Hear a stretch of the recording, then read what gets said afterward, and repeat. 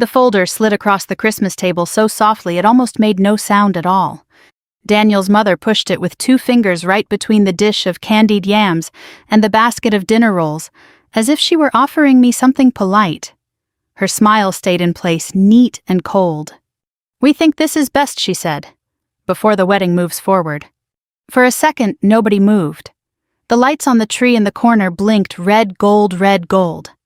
Somewhere in the kitchen, a timer ticked. Daniel looked down at his plate. His father folded his hands like this was a business meeting instead of Christmas dinner. His sister took a sip of wine and tried not to look interested. I rested my hand on the folder but did not open it right away. Even before I saw the title on the first page, I knew what it was. A contract. Not the kind people use when they want fairness, the kind they use when they want to remind you where they think you belong. By then, I had spent nearly 20 years in the Marine Corps. I had stood in rooms where generals made decisions that carried the weight of life and death. I had buried good men. I had written letters to families. I had learned how power worked, and more important, how small people acted when they believed someone else had none. Still sitting at that Christmas table in my oldest wool coat, I felt something sharper than anger. Not because of the paper. Because Daniel had known. I could see it in the way he would not lift his eyes. That was the moment. That was the night.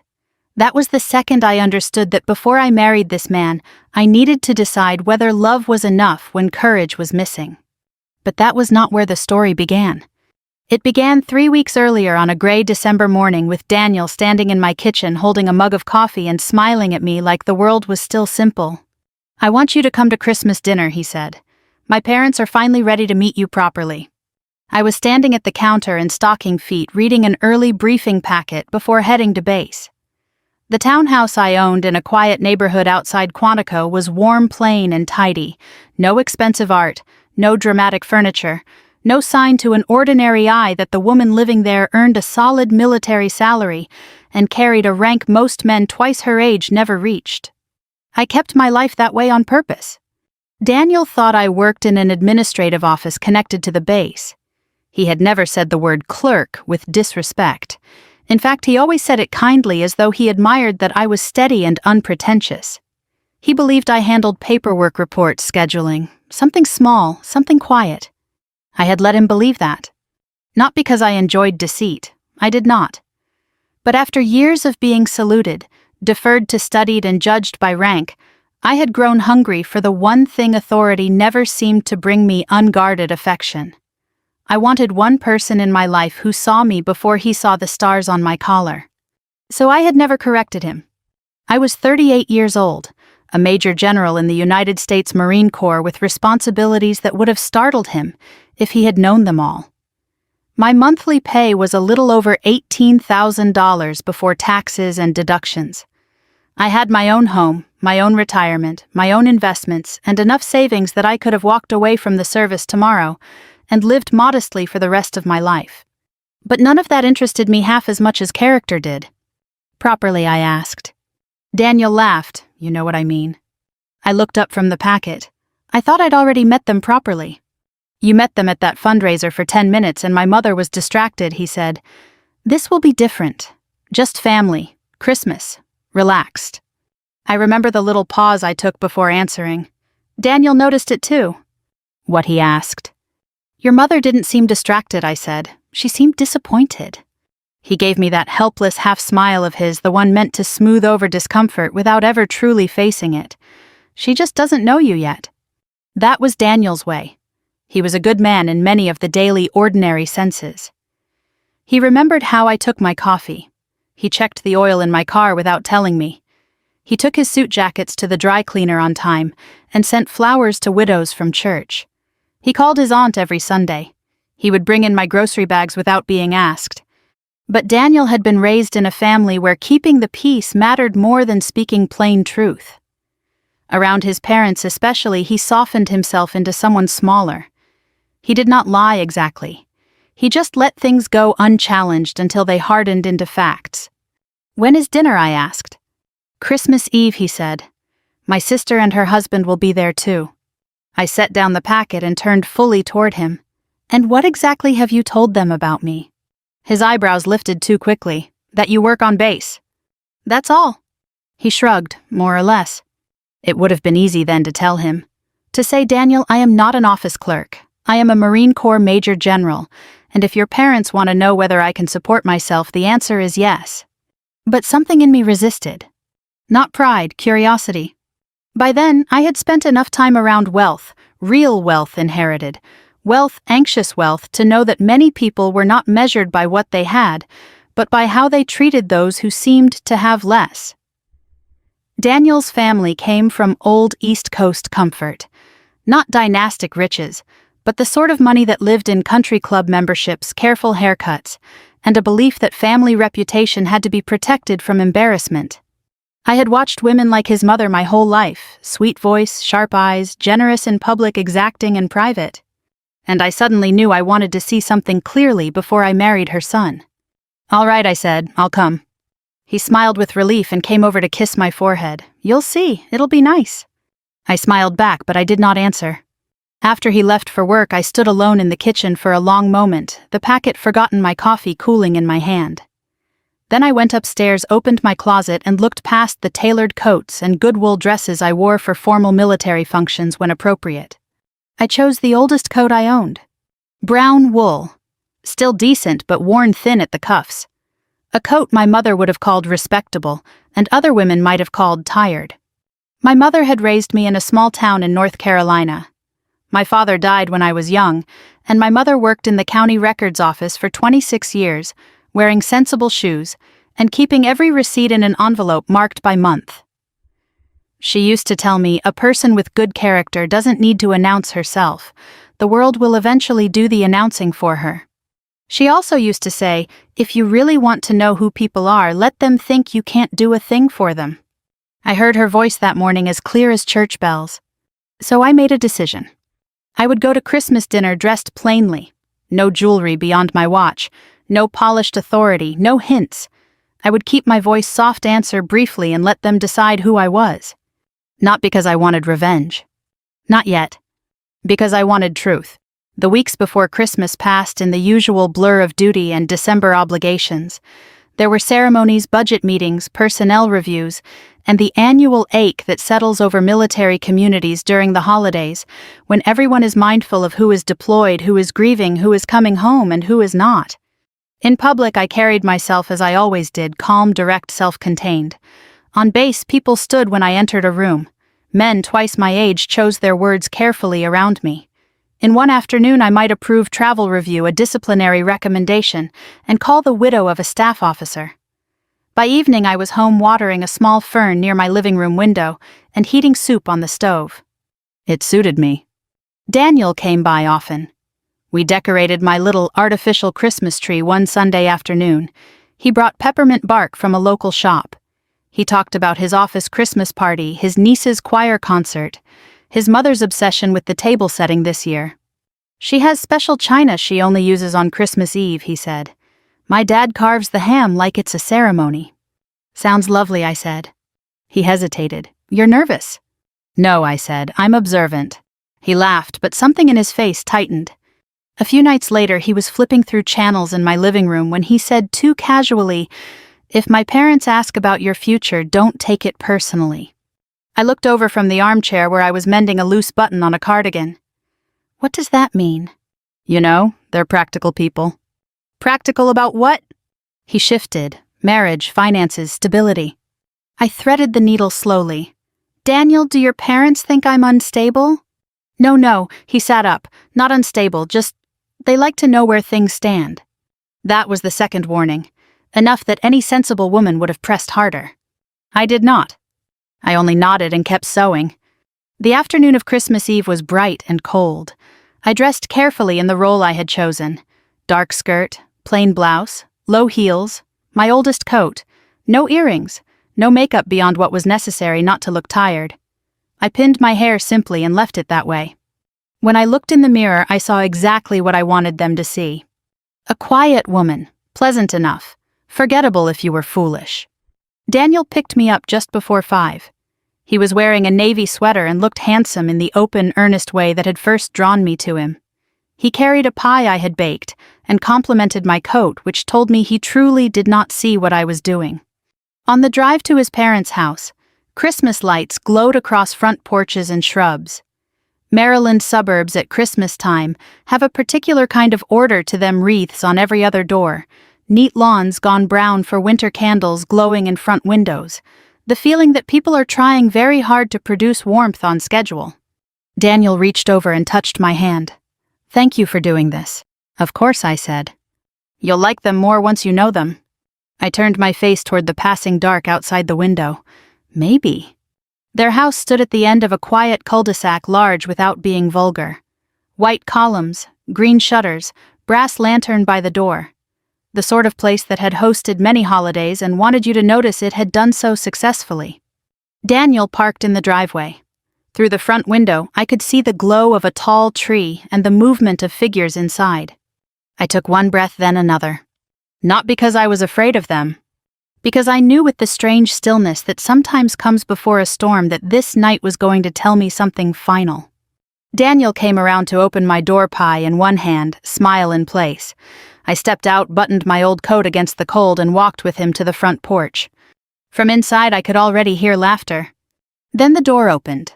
The woman who opened the door smiled the way people do when they've already made up their mind. "Daniel," she said warmly, leaning in to kiss his cheek. Then her eyes moved to me, quick and measuring. "And this must be... you." Her voice lingered on the last word just a fraction too long. "Mom, this is Daniel," began. "I remember," she said, cutting him off gently. "We met briefly." She stepped aside to let us in. The house was exactly what I expected: polished hardwood floors, a tall Christmas tree dressed in gold and glass, the faint scent of cinnamon and baked ham in the air. Everything was arranged just so the way people arrange a life they want others to admire. "Take your coat," she said, reaching for mine.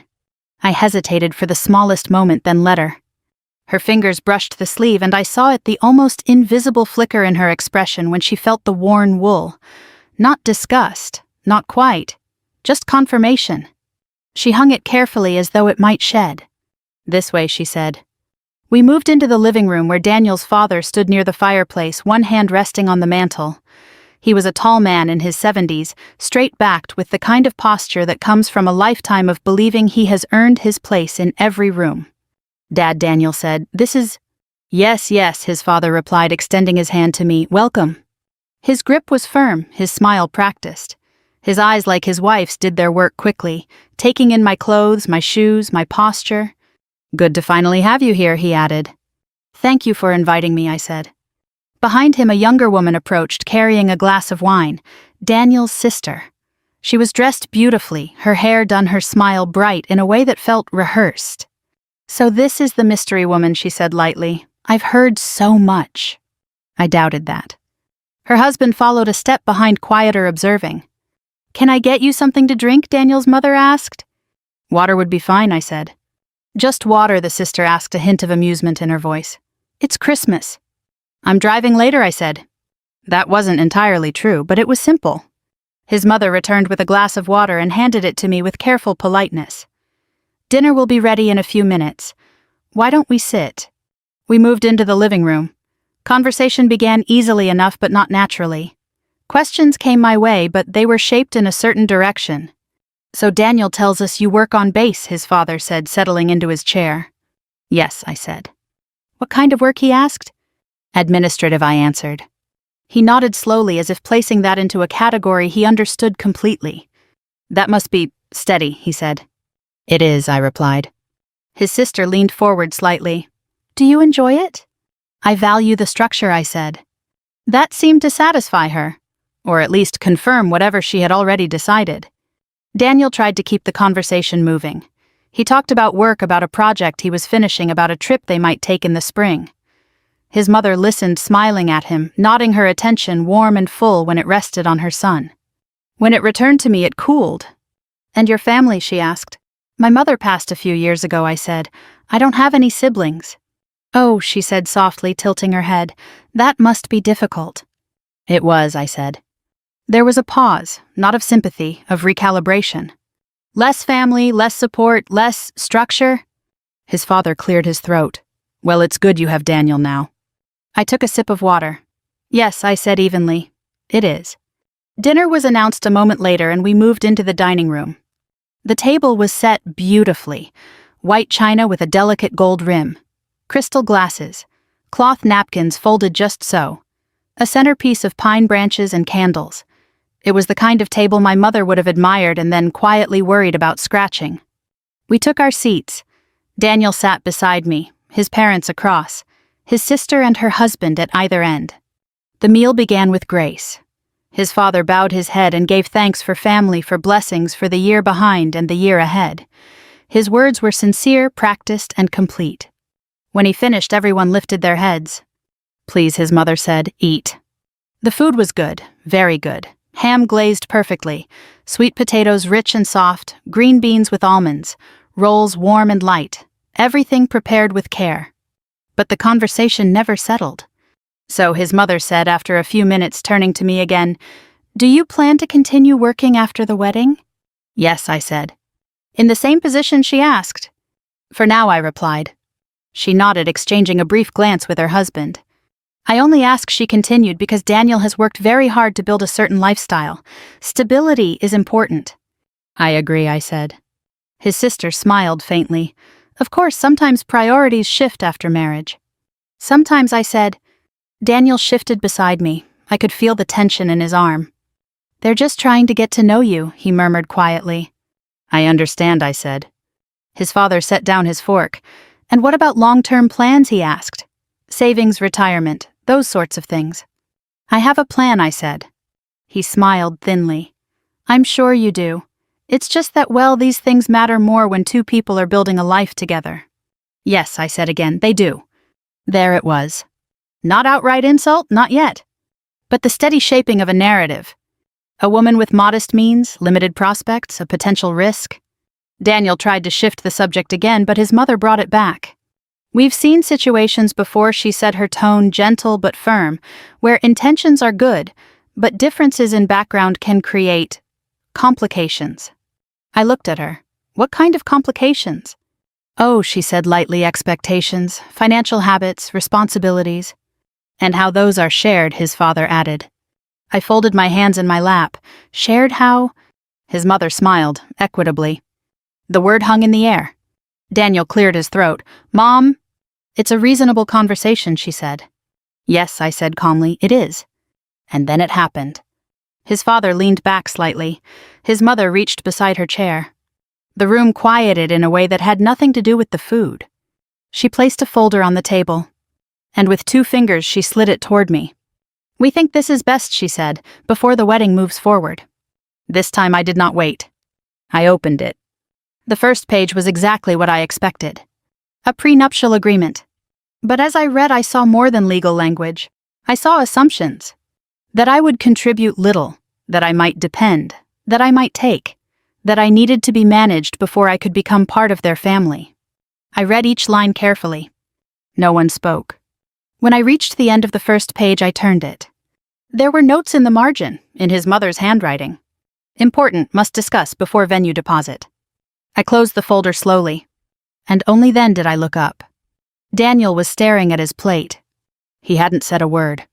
I rested my hands lightly on the table, and for the first time that evening I allowed a small silence to settle. Not the silence of discomfort. The silence of understanding. They thought this was about money. They thought this was about protection. They thought I was the risk. I looked at Daniel, then at his parents, and I realized something with perfect clarity. This was not the moment I had been invited into their family. This was the moment they had decided who I was allowed to be. They had just made their move. They had no idea they had just chosen the wrong woman.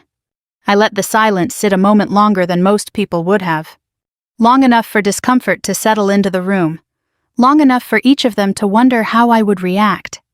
Then I placed my fingertips lightly on the edge of the folder and said very calmly, "When was this drafted?"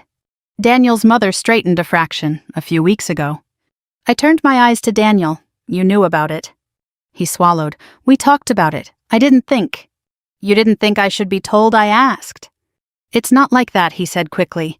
"I just didn't want to upset you before the holidays." His father leaned forward slightly.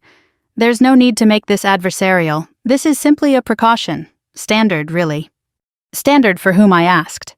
For families in our position, he said. I nodded once as if that answered something. And what position is that, I asked? His sister shifted in her seat. Dad just means people who have something to protect. I see, I said. I opened the folder again, flipping back to the first page. And you believe I do not? No one answered that directly. Daniel's mother offered a soft, measured smile. We don't know enough about your financial situation. That's exactly the point. These things are best clarified ahead of time. Clarified, I repeated. I turned another page, scanning the language. Separate property clauses, limitations on claims, provisions that read less like mutual protection and more like a line drawn in advance. And who drafted this, I asked. Our family attorney, his father said. For both parties, I asked. A pause. Well, he said our attorney prepared the initial document. You would, of course, be free to have your own counsel review it. Of course, I said quietly. I closed the folder again and rested my hands on top of it. Daniel reached for his water glass and took a sip he didn't seem to need. His hand trembled just slightly. It's not personal, he said. They would ask this of anyone. I turned my head slowly and looked at him. Would you? I asked. He hesitated. That's not fair, he said. No, I agreed, it isn't. His mother leaned in, her tone still gentle but firmer now. We are not accusing you of anything. We are simply being responsible.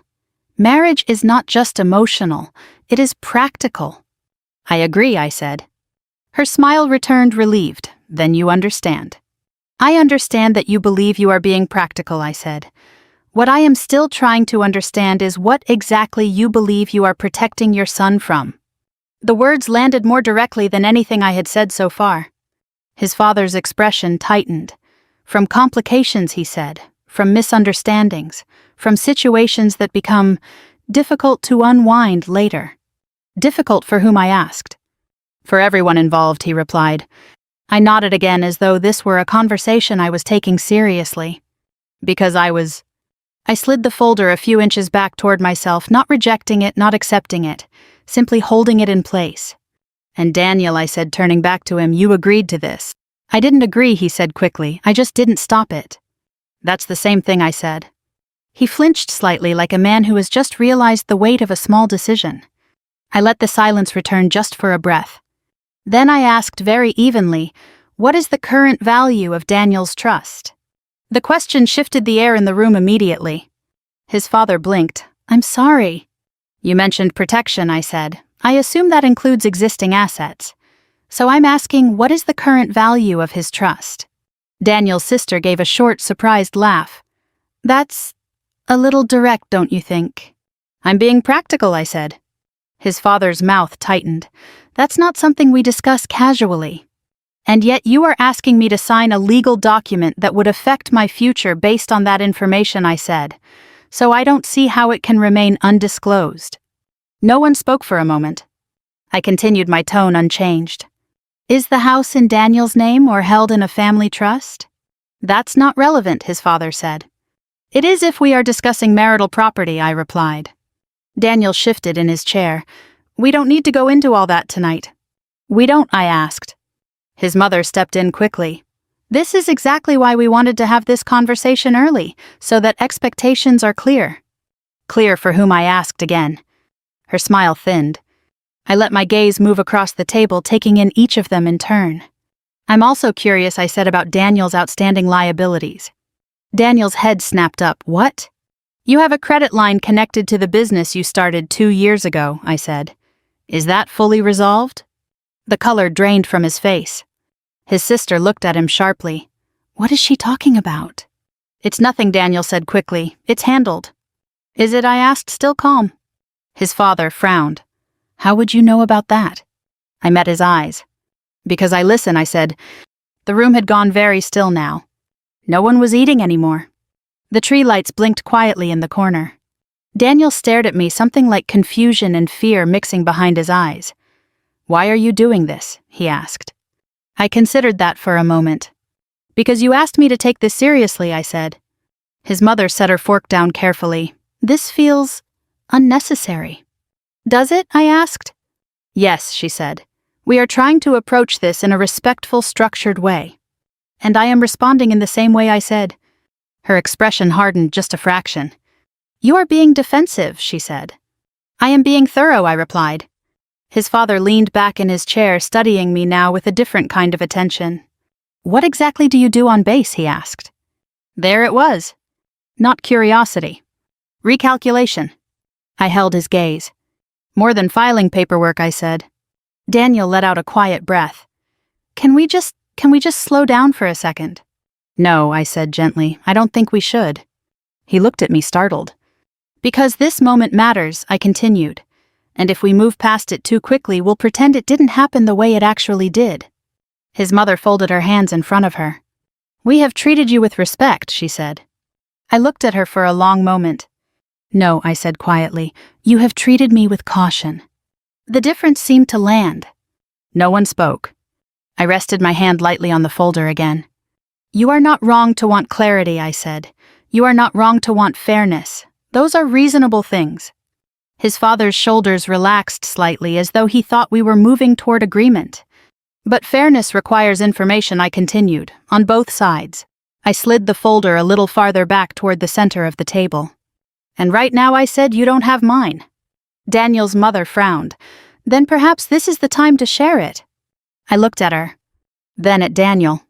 And in that moment, I understood something with absolute certainty. They still believed this conversation was happening on their terms. They still believed they were setting the conditions. They still believed I was the one who needed to prove something. I took a slow breath. And for the first time that evening, I allowed myself to consider what would happen next.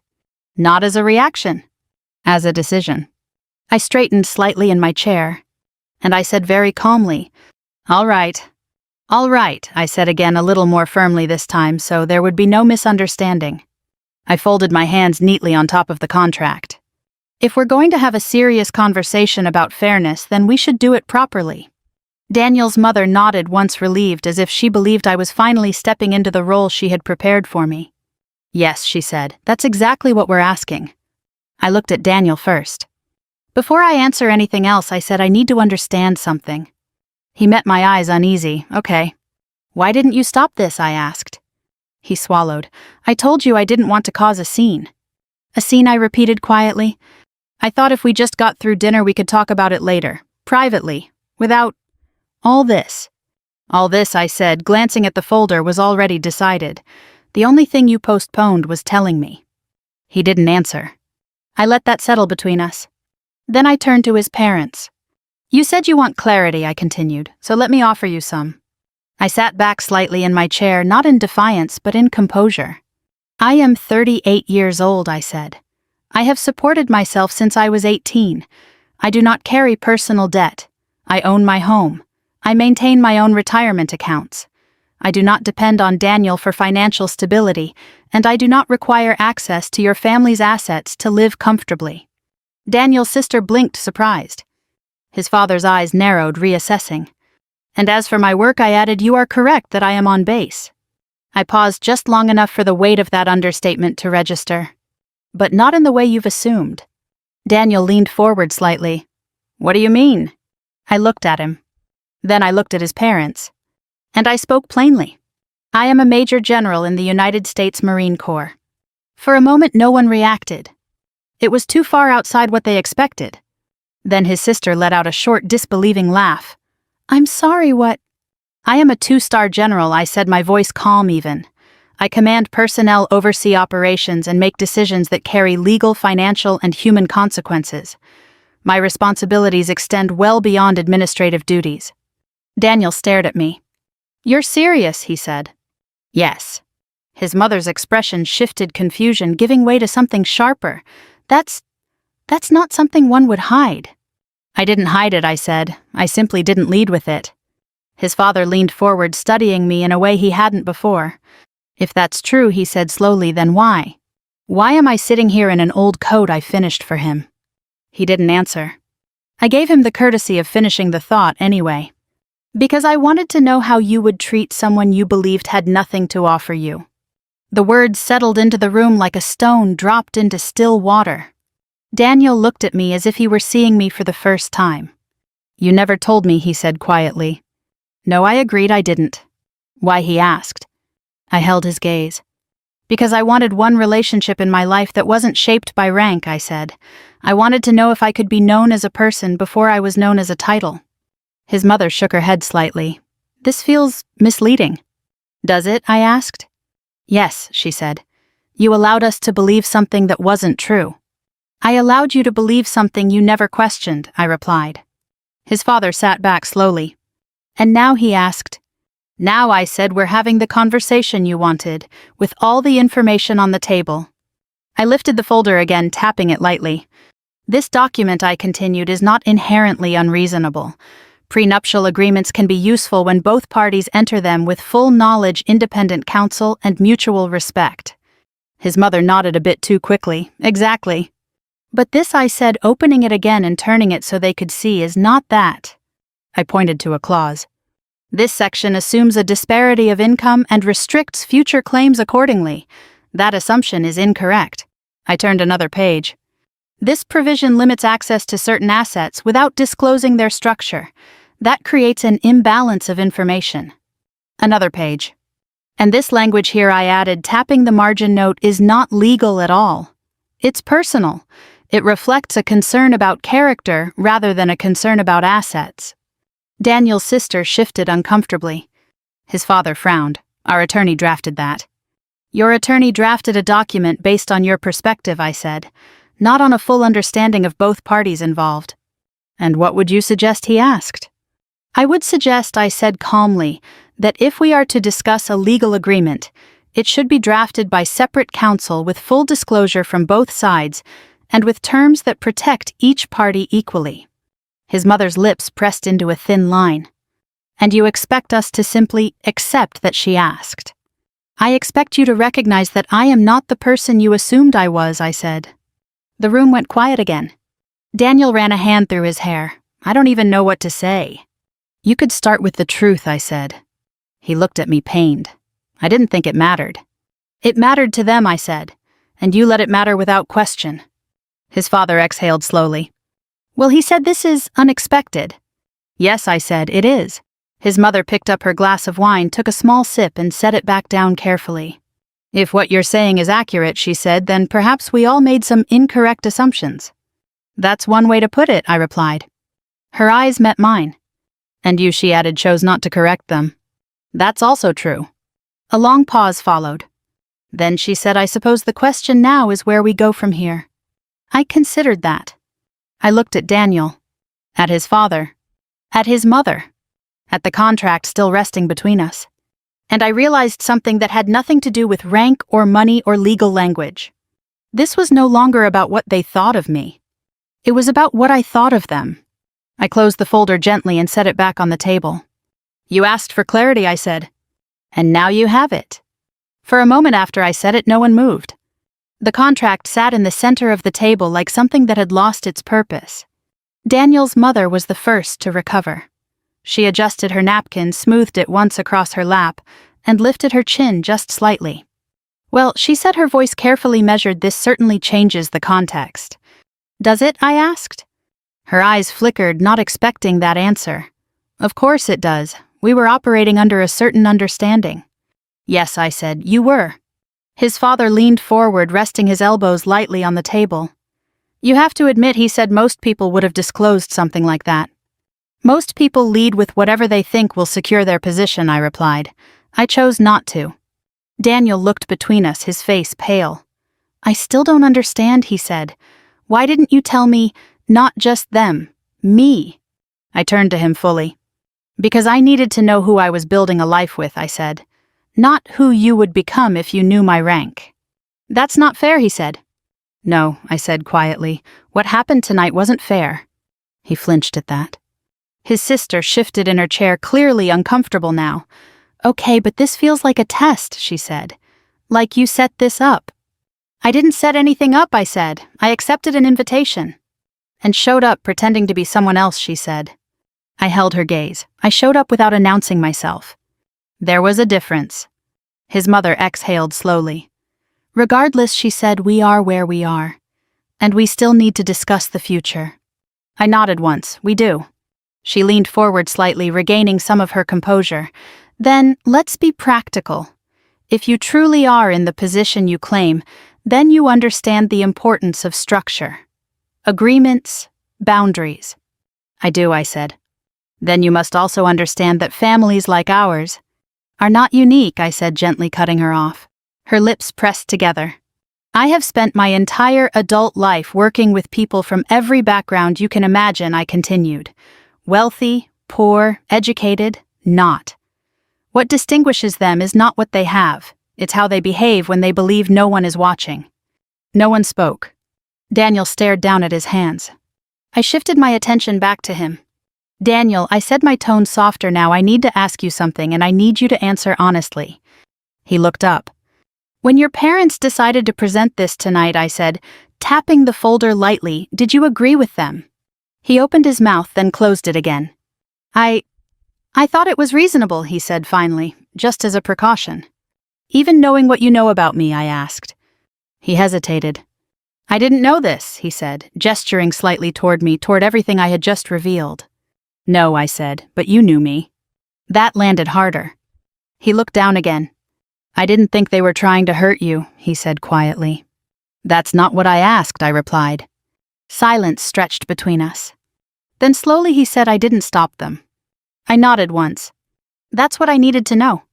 His mother leaned in quickly. Daniel was trying to keep the peace, she said. You can't fault him for that. I turned my head toward her. Yes, I said, I can. Her eyes widened slightly. Keeping the peace, I continued, at the expense of someone else's dignity, is not peace. It's avoidance. His father shifted in his chair. Now hold on, he said. No one intended to compromise your dignity. I met his gaze. You handed me a document designed to limit my place in your family before you understood who I was, I said.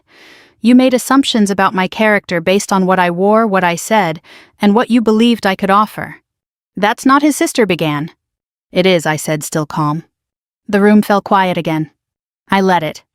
Then I did something none of them expected. I reached down, slipped the engagement ring from my finger, and placed it gently on the table beside the contract. The small sound it made against the wood seemed louder than anything else that night. Daniel's head snapped up. What are you doing? He asked. I'm pausing, I said. Pausing. His voice cracked slightly. You're taking the ring off in front of my family and calling it a pause.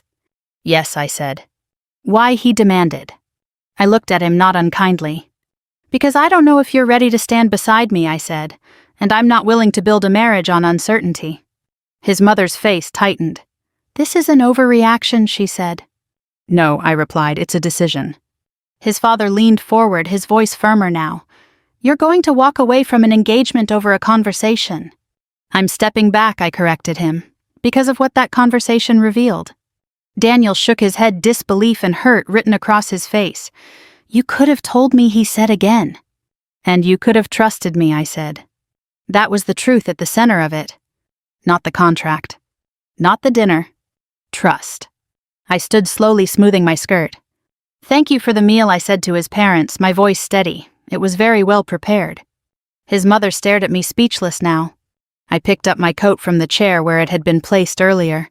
The worn wool felt heavier in my hands than it had when I arrived. Before I turned to leave, I looked at Daniel one last time. I meant what I said, I told him. This isn't the end, but it's not the beginning anymore either. He didn't move. None of them did. I walked to the front door, opened it, and stepped out into the cold December night. The air hit my face sharp and clean. Behind me, I heard the door close.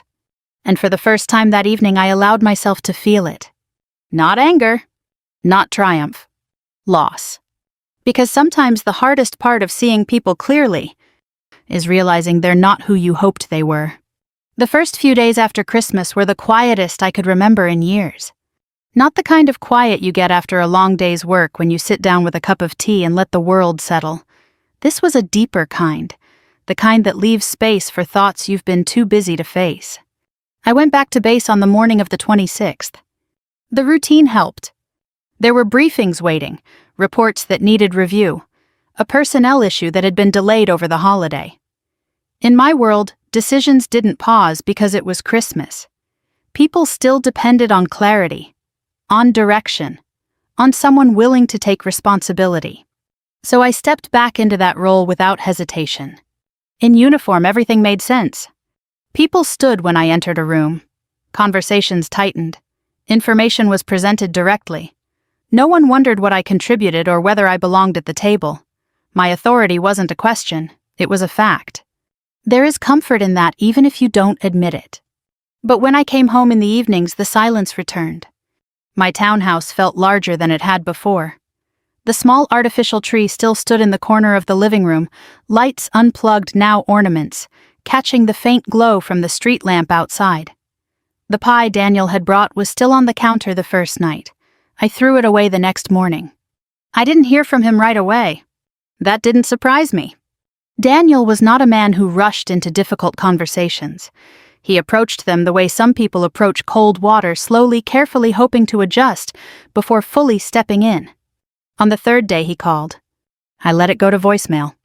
His message was short. "I'm sorry," he said.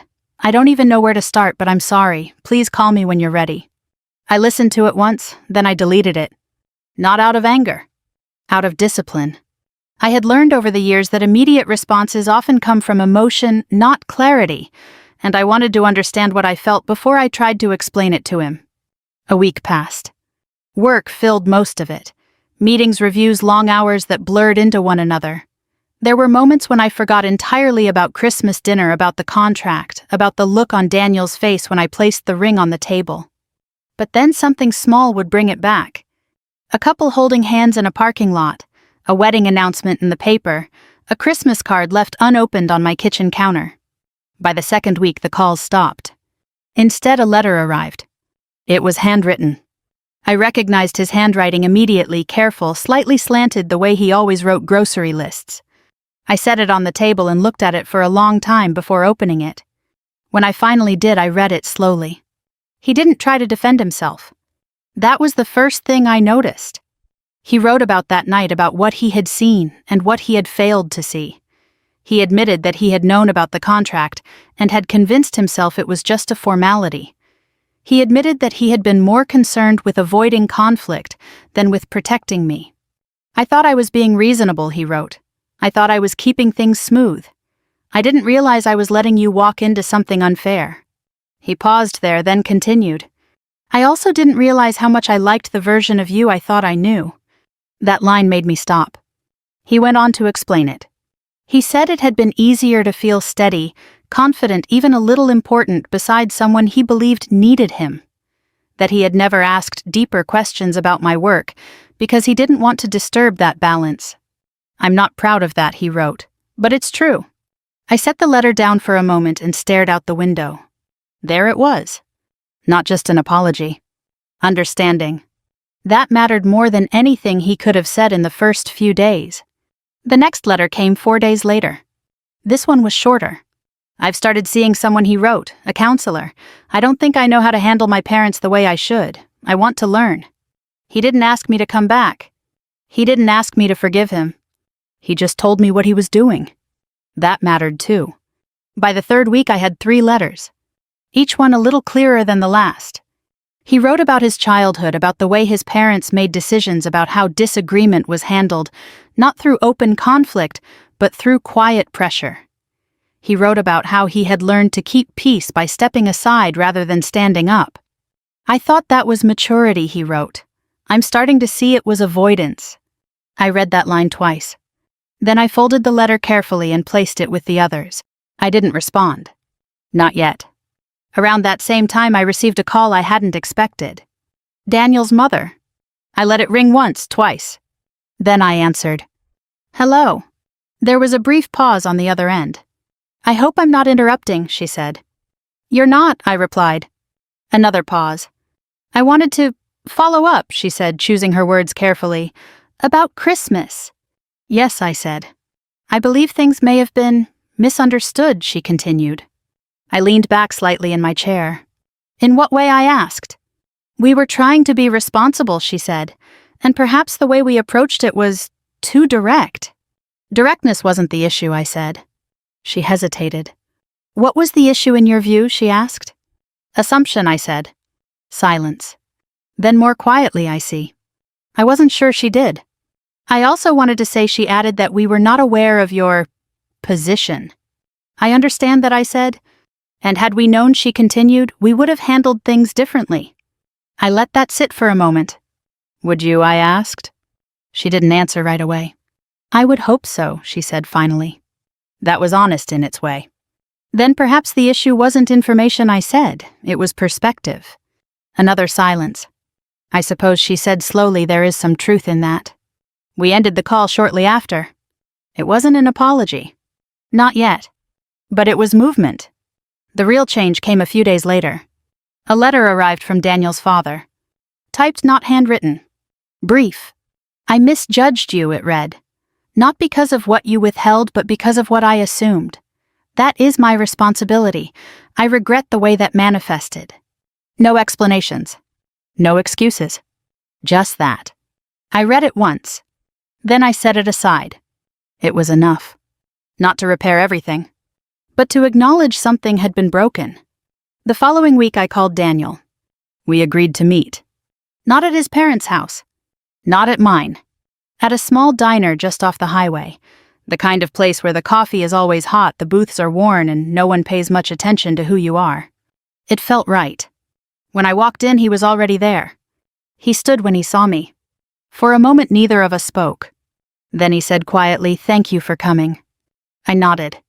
And for the first time since Christmas, we sat down across from each other, with nothing between us. He looked thinner. Not in a way most people would notice right away, but I saw it. The lines around his eyes were a little deeper. His shoulders didn't sit as easily as they used to. There was something in his posture less certain, more deliberate. He waited until I had settled into the booth before he sat down again. A waitress came over, poured coffee for both of us without asking, and left us with 2 menus we didn't need. "Thank you for coming," he said again. "You said that already," I replied, not unkindly. "I know," he gave a small, nervous smile. "I just didn't want to assume." "That's new," I said. He nodded. "I'm trying." We let that sit for a moment. Outside, cars moved steadily along the road. Inside, the quiet hum of conversation and clinking dishes created a kind of privacy that didn't feel forced. Around us, older couples leaned toward each other, sharing stories, finishing meals they had probably ordered the same way for years. It grounded the moment. Daniel wrapped his hands around his coffee cup. "I read your face that night," he said. "After the contract, I knew something had changed. I just didn't understand what." "You understand now?" I asked. He nodded slowly. More than I did. Not completely, but enough to know I was wrong. I didn't respond right away. He continued. "I kept telling myself it wasn't a big deal," he said, "that it was just paperwork, that everyone does it." "Everyone doesn't," I said. "I know that now." He paused. "It wasn't the contract, was it?" "No," I said, "it wasn't." "It was me," he said. "It was what you didn't do," I corrected gently. He looked down at the table. "I've been thinking about that," he said. "A lot." I waited. "I always thought I was a good man," he continued, "and in a lot of ways I still think I am. But I've started to realize that being good when things are easy doesn't mean much." "No," I said quietly, "it doesn't." He met my eyes.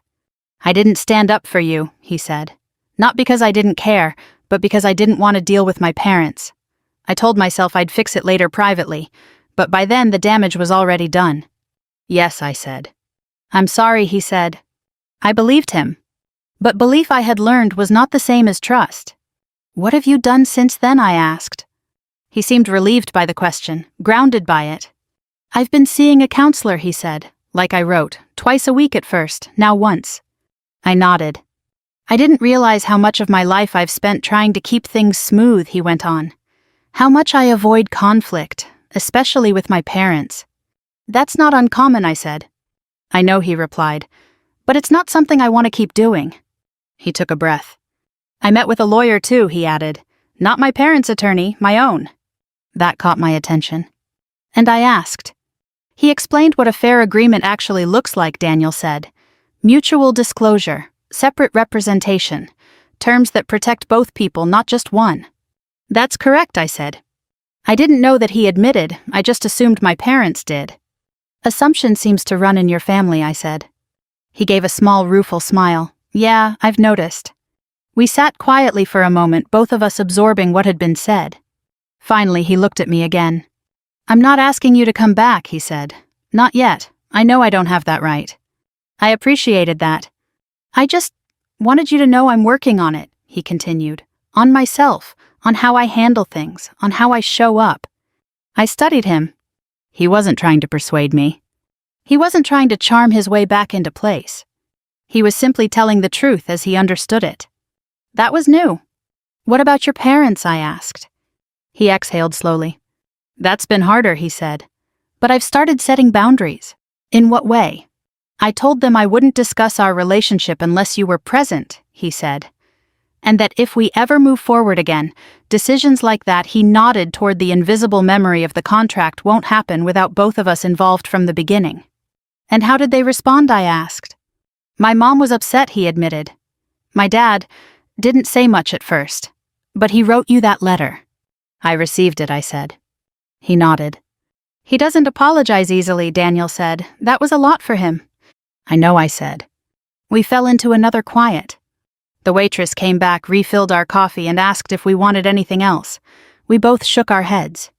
When she left, Daniel spoke again. "I don't expect you to trust me right now," he said. "I just want the chance to become someone you can trust again." I let that sit between us. Outside, a truck passed its headlights, sweeping briefly across the window. "Trust isn't something you ask for," I said finally. "It's something you build." "I know," he said. "And it takes time," I added. "I have time," he replied. I looked at him for a long moment. There was no certainty in what I felt. No clear answer. But there was something else. Possibility. "I'm not ready to decide anything today," I said. "I understand," he said. "But I am willing to keep talking," I continued. Relief moved across his face, quiet but unmistakable. "Thank you," he said. I nodded once. We finished our coffee in a more comfortable silence than before. When we stood to leave, he didn't reach for my hand. He didn't try to close the distance. He simply walked beside me to the door. Outside, the air was cold again, though not as sharp as it had been on Christmas Eve. We stood there for a moment. "Same place next week?" he asked. "Yes," I said. He smiled, small and genuine. "I'll be here," he said. "I know," I replied. And as I walked to my car, I realized something I hadn't allowed myself to consider before. Not that everything would be easy. Not that everything would be fixed. But that sometimes people can learn. If this story made you pause even for a moment and think about how we treat others when we believe they have nothing to offer, then it's already done something meaningful. If you've ever been underestimated, or if you've ever realized you underestimated someone else, you're not alone. Stories like this remind us that respect isn't earned through titles or wealth, it's revealed through behavior. If this resonated with you, consider sharing it with someone who might need that reminder today. And if you'd like to hear more stories about quiet strength, second chances, and the kind of truth that changes people slowly, you're always welcome here.